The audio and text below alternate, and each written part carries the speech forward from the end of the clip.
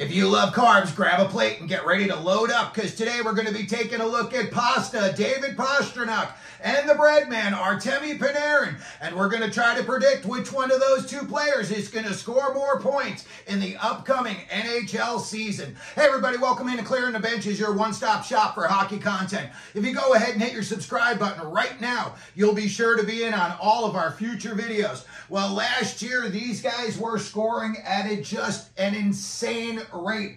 Last year, Artemi Panarin finished 4th in NHL scoring, and David Pastrnak finished 5th in scoring. So today we're going to take a look at them, try to figure out who we think is going to have a better season. Let's take a look at Artemi Panarin. First of all, he is 32 years old, and he hails from Russia. He is 6 foot and 175 pounds. When we take a look at David Pastrnak, he is 5 years younger, 27 years old. He is out of the Czech Republic, and he is 6 foot and 195 pounds. When we look again at last year, Panarin was 4th in scoring, Pastrnak 5th.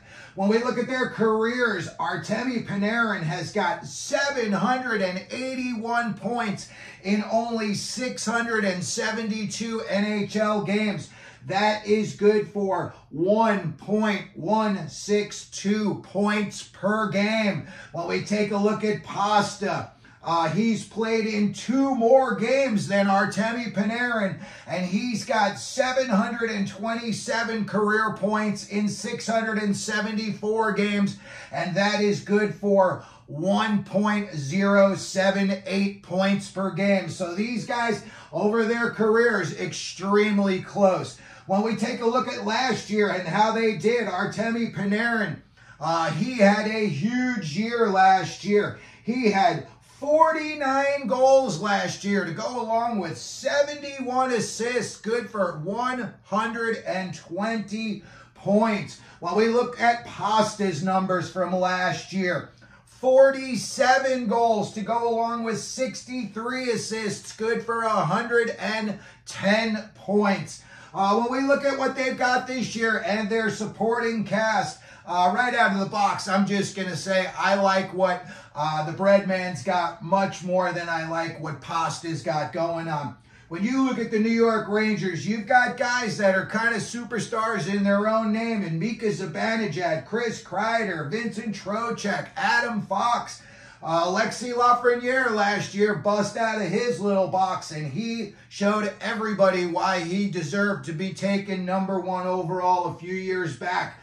When I look at Pasta's supporting cast, to be honest with you, the only guy that jumps off the page at me is Brad Marchand. Yeah, you've got Lindholm, and hopefully he has a better year than he did last year. I think last year he finished with like a total of 45 points on the season. Pavel Zacha, he's played much better in Boston than he did in Jersey, that's for sure. And you've still got Charlie McAvoy on the back end, and now you've added Nikita Zadorov. So, you know, McAvoy and Zadorov are definitely offensively gifted, so it's not like you're not getting any help from the back end, but I don't think it's going to be like what you're getting. You know, the Rangers, you've got Adam Fox, you've got Keandre Miller back there as well. Jacob Trouba is not so much of an offensive player, but still very highly skilled. When we take a look at what we think they are going to do this upcoming season, when we look at Artemi Panarin, I think he's going to come back to earth with the goals. I think he's going to come in with about 36 goals. Last season, he had 17 more goals than his previous career high. So my question is that sustainable? And I don't think so. Is the guy capable of scoring 50 goals in a season? Absolutely. But with this team and so much, you know, other players around him that are going to have the puck, you know, when he gets the puck, he's going to have to make the most of his opportunities. When I look at what I think he's going to do assists-wise, I think he's going to come right in around 70 assists, and that's going to give him 106 points this upcoming season.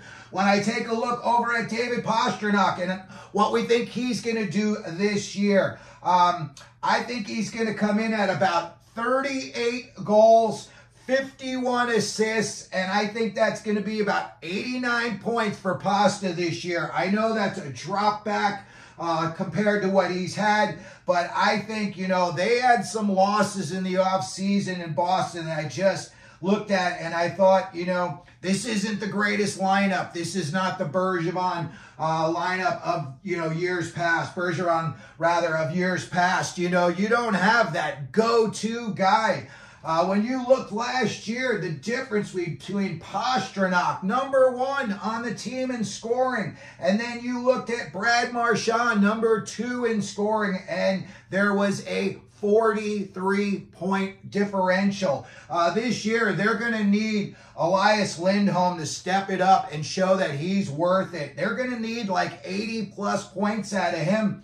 And I would think he's going to probably finish somewhere between Pasta and Marchand, sandwiched in there. I think Marchand's numbers are going to slowly but surely start to wean as far as points go. And, you know, when I look at Pasta, again, the guy doesn't have all that much around him to work with. You know, sometimes when he comes over the blue line, he's going to look up. It's going to be like, you know, him versus the world. So that's going to do it for today's video. Again, we're going to have Artemi Panarin coming in at 106 points this season. And we're going to have David Pastrnak coming in at 89 points. Let me know what you think down in the comment section. Let me know how many points you think each one of these guys is going to score. If you could, please like the video. If you want to share the video, that would be awesome. Don't forget to subscribe. And as we always do here at Clearing the Benches, let them know you're out there.